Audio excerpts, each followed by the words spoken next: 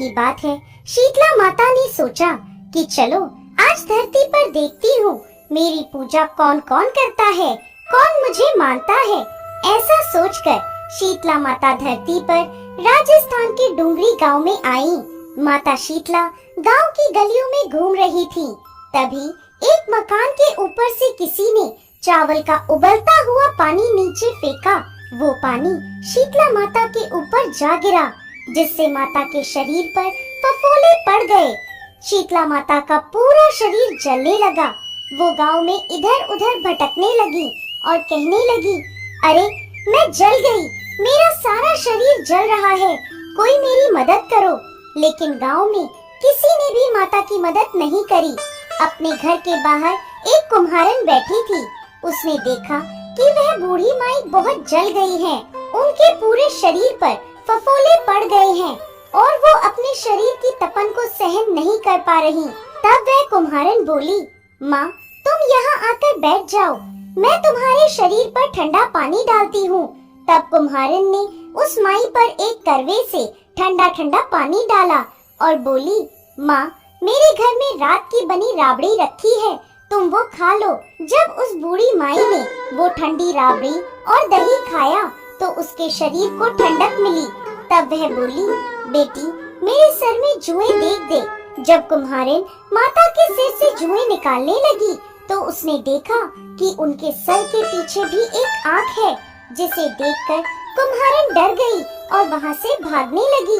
तब वह बूढ़ी माई बोली, रुक बेटी, डर मत, मैं भूत प्रेत नहीं हूँ, मैं तो शीतला देवी हूँ। तब माता ने अपना असली रूप धारण कर लिया।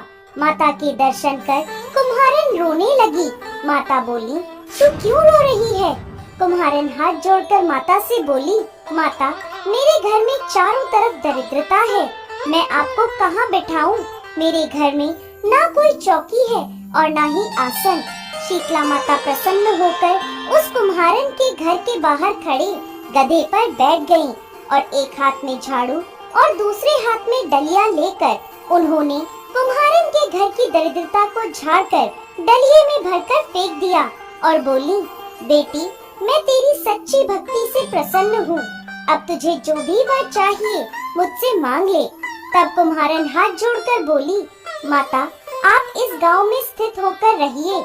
जिस प्रकार मेरे घर की दरिद्रता आपने दूर करी है, वैसे ही जो भी व्यक्ति फागुन मास की अष्टमी पर भक्ति भाव से आपकी पूजा करे, आपको ठंडा जल और ठंडे भोजन का भोग लगाए, उसके घर की दरिद्रता आप स्वयं दूर करें। माता ने उसे तथास्तु कहा और बोली, तू इस करवे का जल अपनी झोपड़ी पर छिड़क लेना, कल सारे नगर में आग लगेगी लेकिन तेरी झोपड़ी नहीं जलेगी। ऐसा कहकर माता अंतर्ध्यान हो गयी। कुम्हारन ने ऐसा ही किया। रात हुई तो सारी नगरी में आग लग गई, पर कुम्हारन की झोपड़ी बच गई। यह देखकर नगर के राजा ने कुम्हारन को बुलवाया और उससे पूछने लगे, कुम्हारन सारे नगर में आग लगी लेकिन तेरी झोपड़ी कैसे बच गई? तब कुम्हारन ने राजा को शीतला माता की कृपा की सारी बात बता दी और बोली, मुझ पर शीतला माता की कृपा हुई है। उस दिन से राजा ने पूरे नगर में ऐलान करवा दिया कि अब से शीतला अष्टमी के दिन किसी भी घर में चूल्हा नहीं जलेगा और हर घर में शीतला माता को बासी भोजन का भोग लगेगा। हे शीतला माता, जैसी कृपा आपने उस कुम्हारन पर करी, वैसे ही इस कथा को कहते, सुनते और हुकार भरते सब पर करना।